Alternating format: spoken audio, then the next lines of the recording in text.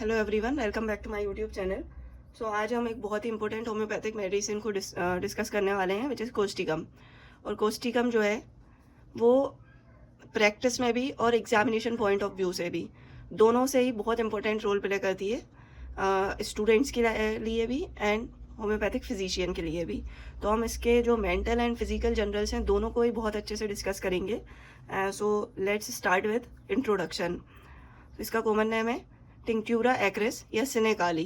तो इसके नेम से ही हमें समझ में आ रहा है कि ये किसकी काली ग्रुप की मेडिसिन है और एक वेल नोन रेमेडी है काली ग्रुप की, which is proved by doctor Hahnemann sir. और ये जो है इसका केमिकल फार्मूला देखें तो ये क्या है, KOH मिनरल किंगडम से बिलोंग करती है, जो कि पोटेशियम हाइड्रेट से बनती है। अब इसका इंट्रोडक्शन हम देखें तो ये पॉलीक्रेस्ट है ऑफ हाईएस्ट ऑर्डर के, जो हमने पॉलीक्रेस्ट रेमेडीज़ पढ़ते हैं ना, उन्हीं में से ये एक रेमेडी है। और इसकी इम्पोर्टेंस भी इतनी ही है कि ये मेनली जितने भी सिम्टम्स हैं, पॉलीक्रेस्ट सिम्टम्स हैं, उन सबको कवर करती है। डीप एक्टिंग रेमेडी है, इंटरनल टिश्यूज तक वर्क करेगी ये, and only occasionally it is indicated in the acute diseases, means it covers all the symptoms which belongs to the chronic diseases. तो क्रोनिक डिजीज़ जो है, मान लीजिए कोई भी बीमारी है जो कि एक लॉन्ग टर्म से उस पेशेंट के अंदर देखने को मिल रही है, उसमें कोस्टिकम एक्ट करेगी। और कंप्लेंट्स कैसी रहती हैं, progressive, slow and related to muscle weakness.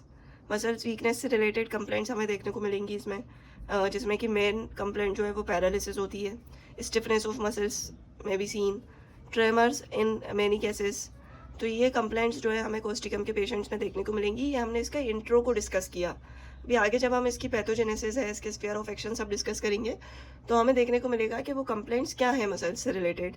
तो सबसे पहले हम इसके कॉन्स्टिट्यूशन को डिस्कस करें, क्योंकि ये एक क्रोनिक रेमेडी है एंड क्रोनिक रेमेडी में कॉन्स्टिट्यूशन बहुत इंपॉर्टेंट रोल प्ले करता है। तो हमें इसमें हाइड्रोजनोइड कॉन्स्टिट्यूशन देखने को मिलता है, मीन्स उनमें वाटर का एक्सेस देखने को मिलता है उन पेशेंट्स में। और हाइड्रोजनोइड कॉन्स्टिट्यूशन के जो फिजिकल अपीयरेंस है वो कैसे रहते हैं कि उन पेशेंट्स के डार्क हेयर रहते हैं, rigid fibres, and mainly anaemic appearance रहती है उन पेशेंट्स में, एंड वीक एंड एमासिएटेड होते हैं। उनकी मसल्स जो हैं वो इतने अच्छे से डेवलप नहीं होती हैं। And it is suitable in old broken down constitution. Broken down constitution क्या है कि वो पेशेंट जो है अपनी बीमारी से बिल्कुल परेशान हो चुका है। पेशेंट आएगा ना क्लिनिक में, तो हमें उसमें कुछ ऐसे पॉइंट्स देखने को मिलेंगे कि वो पेशेंट कहेगा कि मैं बिल्कुल अपनी बीमारी से जो है परेशान हो चुका हूँ, इतनी साल से मैं इस प्रॉब्लम से परेशान हूँ, ये ठीक नहीं हो रही है। तो हम समझ लेंगे कि ये पेशेंट जो है एक तरह से ब्रोकन डाउन हो चुका है अपनी डिजीज़ को लेकर। तो ब्रोकन डाउन कॉन्स्टिट्यूशन देखने को मिलेगा, सफरिंग फ्रॉम क्रोनिक डिजीजेज। तो ये जो पॉइंट्स हैं ना, जो पेशेंट कहता है, हम अगर उसको ठीक से ऑब्जर्व करें तो हमें रेमेडीज़ के कुछ पॉइंट जो हैं वो केस टेकिंग के टाइम पर ही समझ में आ जाते हैं। अब इसका म्याज़म देखें तो सोरिक एंड साइकोटिक है, और ये सोरिक एंड साइकोटिक के सिम्टम्स को भी कवर करती है। जब अभी आगे हम सिम्टम्स देखेंगे तो हमें समझ में आएगा।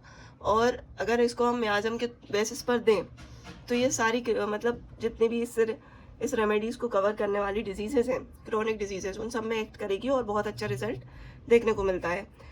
ये जो पेशेंट्स हैं उनका एक्सेसिवली येलो और वीटिश कॉम्प्लेक्शन रहता है। वीटिश कॉम्प्लेक्शन जो है वो हमें हाइड्रोजनोइड कॉन्स्टिट्यूशन के पेशेंट्स में ही देखने को मिलता है। इसमें टेंडेंसी रहती है towards weakness and paralysis of muscles. Case taking के टाइम पे अगर हम इसकी प्रीवियस हिस्ट्री भी लेना या पेरेंटल हिस्ट्री लें तो हमें पेरेंटल हिस्ट्री में भी पैरालिसिस देखने को मिल सकता है। अब जनरली क्रोनिक रेमेडी है ये। अब अगर हम इसके स्फीयर ऑफ एक्शंस को देखें तो principal organs medulla oblongata and vagus nerve रहती है। अब मेड्यूला ऑब्लोंगेटा जो है वो रेस्पिरेशन पे भी एक्ट करता है। मेड्यूला ऑब्लोंगेटा के डिफरेंट फंक्शंस रहते हैं, तो उन फंक्शंस को ये डिस्टर्ब कर देती है। जैसे नर्वस सिस्टम पे एक्ट कर रही है, मसल्स में तो मस्कुलर वीकनेस देखने को मिलेगी हमें, म्यूकस मेम्ब्रेन में एक्सेसिव सीक्रेशंस देखने को मिल सकते हैं, स्किन में इरप्शंस देखने को मिल सकते हैं, लैरिंग्स एंड ट्रैकिया में भी ये वर्क करेगी। यूरिनरी ब्लैडर, अभी ये क्या एक्ट कर रही है ना और क्या पैथोजेनेसिस कोज करेगी वो हमें आगे देखने को मिलेगा। अभी हम इसके बेसिक स्फीयर ऑफ एक्शंस देख रहे हैं कि कहाँ कहाँ इसका स्फीयर ऑफ एक्शन है।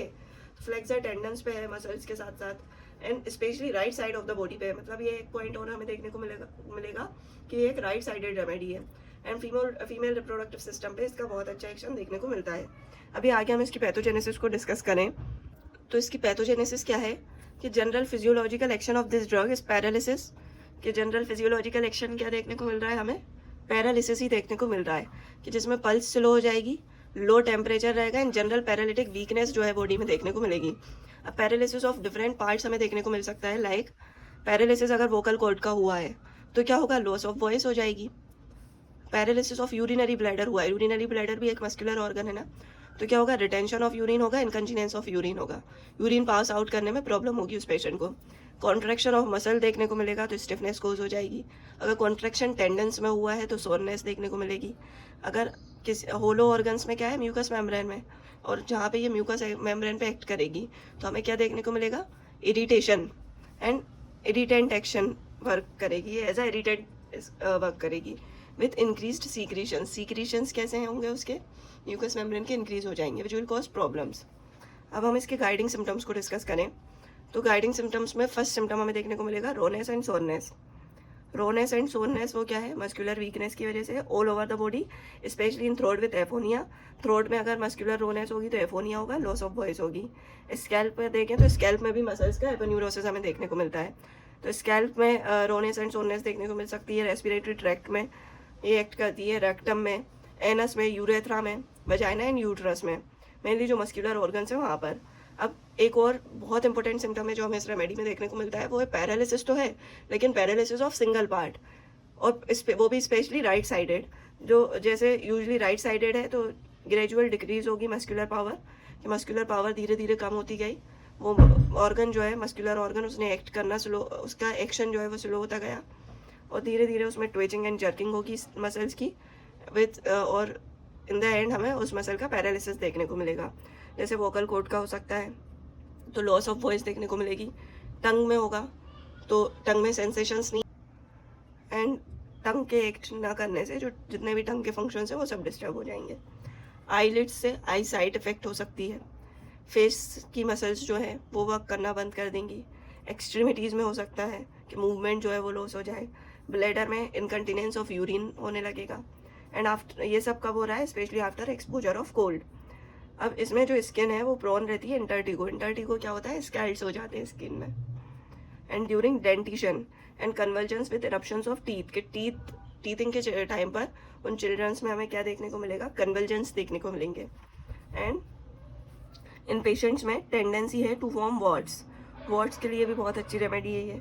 पेशेंट्स में क्या देखने को मिलते हैं, वॉर्ड्स, और वॉर्ड्स कैसे रहते हैं, लार्ज, जैक्ट यानी रफ रहते हैं, पिडंकुलेटेड, पिडंकुलेटेड कैसे हैं, स्मूथ नहीं है, उनमें पॉइंटेड जो वर्ड्स हैं वो हमें देखने को मिलेंगे। Bleeding easily, small, all over the body, ये वर्ड्स के सिम्टम्स हैं इसके। अब हमें एक और चीज़ देखने को मिलती है, काइकेट्रेसिस, वो क्या होता है, scar formation, specially after Burns. तो हमें एक बहुत इंपॉर्टेंट सिम्टम देखने को मिलता है कि पेशेंट कहेगा कि मैं एक बार मुझे मतलब बर्न इंजरी हुई थी, किसी भी चीज़ से बर्न हो गया था कोई भी बॉडी पार्ट, और उसके बाद से वो स्कार जो है वो कभी भी हील नहीं हुआ है, तो भी हम कोस्टिकम के बारे में सोच सकते हैं। Specially after burns, scars freshen up and become sore again. Burn injury हुई, वो ठीक हुआ, और उसके कुछ दिन बाद वो बर्न इंजरी जो है वो फ्रेशन अप हुई और अगेन सोर हो गई। Then never have been well since that burn, कि उस बर्न के बाद से वो कंप्लीट रिकवरी नहीं हो पाई है। एंड चिल्ड्रन जो है वो learning to walk due to nervous weakness में क्या रहेगा, slow in learning to walk, कि चलना फिरना देर से सीखेगा। और वो नर्वस वीकनेस के साथ साथ एक और कौन सी वीकनेस की वजह से है, मस्कुलर वीकनेस की वजह से, कि उनकी मसल्स जो है उनमें कोऑर्डिनेशन नहीं बैठ रहा, और जब मसल्स में कोऑर्डिनेशन नहीं होगा तो वो चिल्ड्रन जो है वो चलना कैसे सीखेगा, अनस्टेडी वॉक होगी, ईजी फॉलिंग होगी उस पेशेंट में। ग्रेट वीकनेस है, sinking of strength with trembling and drooping of eyelids, eyelids में पैरालिसिस देखने को मिल सकता है, which we have already discussed. Insanity after separation of skin diseases, ये हमें इसके मेंटल फीचर्स में देखने को मिलेगा। तो ये जो थे इंपॉर्टेंट पॉइंट्स थे कोस्टिकम के।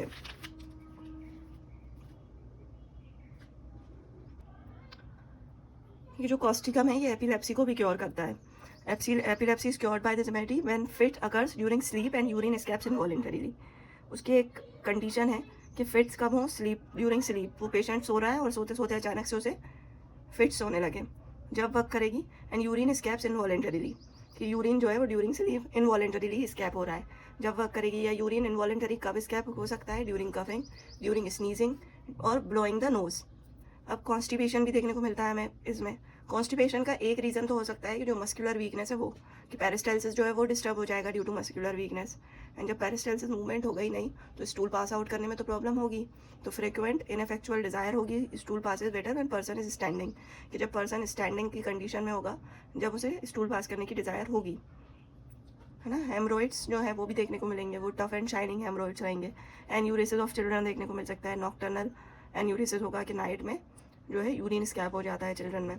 अब chronic rheumatic affections like causes contraction of tendons and deformities about joints, tension and shortening of muscles, ये सारे सिम्टम्स हमें इसमें देखने को मिलते हैं कि अगर किसी में रूमेटिक अफेक्शंस हैं और वो भी कैसे हैं क्रोनिक, के जो टेंडन्स हैं उनका कॉन्ट्रैक्शन हो गया, या जॉइंट्स के अबाउट डिफॉर्मिटीज़ है, टेंशन है या मसल्स की शॉर्टनिंग है, उन सब में ये अच्छा एक्ट करती है।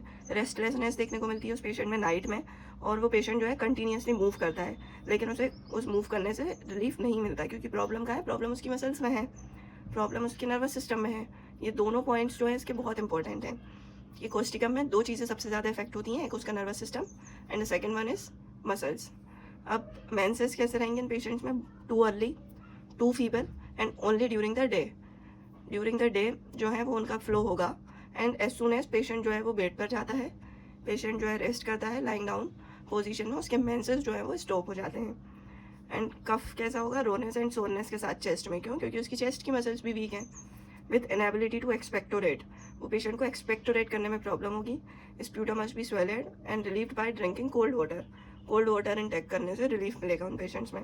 और ये सारी कंप्लेंट्स जो हैं, ये एलिमेंट्स हैं, वो अराइज कहाँ से हुए हैं कि इनमें एलिमेंट्स आते हैं लॉन्ग लास्टिंग ग्रीफ से, सोरो फ्रॉम लॉस ऑफ स्लीप, सोरो कैसा है, लॉस ऑफ स्लीप की वजह से, नाइट वॉचिंग के पेशेंट जो है वो रात रात भर जो है सो नहीं पा रहा है किसी भी प्रॉब्लम की वजह से, तो उससे उसकी प्रॉब्लम और बढ़ जाएगी, उसको और न्यू सिम्टम्स आने लगेंगे। लीड पॉइजनिंग से, from sudden emotions, fair, fried, Joy etcetera, and separation of skin eruption से इसमें इंसैनिटी डेवलप हो जाती है, वो आगे हम मेंटल फीचर्स में डिस्कस करेंगे। Exposure to cold, burns, scalds and febrile condition में ये बहुत अच्छा एक्ट करती है कि उस कंडीशन से अगर सिम्टम्स आ रहे हैं तो हम सबसे पहले कोस्टिकम के बारे में सोचते हैं। एग्रावेशन कहाँ से होता है ना, क्लियर फाइन वेदर में इन पेशेंट्स की प्रॉब्लम्स एग्रावेट हो जाती हैं, ड्राई कोल्ड विंड के एक्सपोजर में आने से, coming from cold air into cold warm room उससे, एंड एक्सक्रीशंस, एक्सट्रीम्स ऑफ टेम्परेचर से इन्हें प्रॉब्लम्स होती हैं, मीन्स ये पेशेंट्स जो है वो टेम्परेचर सेंसिटिव है। एम्ब्ल्यूरेशन कहाँ मिलेगा, अगर क्लियर फाइन वेदर में एग्रावेशन था तो डैम्प वेट वेदर में क्या होगा, एम्ब्ल्यूरेशन होगा, कंप्लेंट्स जो है कम होना स्टार्ट हो जाएंगी। वार्म एयर में, मतलब कोल्ड एयर से क्या था, एग्रावेशन था, उसी के अपोजिट वार्म एयर से एम्ब्ल्यूरेशन मिलेगा, हीट ऑफ बेड से एम्ब्ल्यूरेशन मिलेगा, कोल्ड ड्रिंक लेने से एंड जेंटल मोशन से इन पेशेंट्स में एम्ब्ल्यूरेशन देखने को मिलता है। तो ये हमने इसके सारे फिजिकल फीचर्स जो है डिस्कस कर लिए हैं। नेक्स्ट वीडियो में हम इसके मेंटल जनरल्स को डिस्कस करेंगे।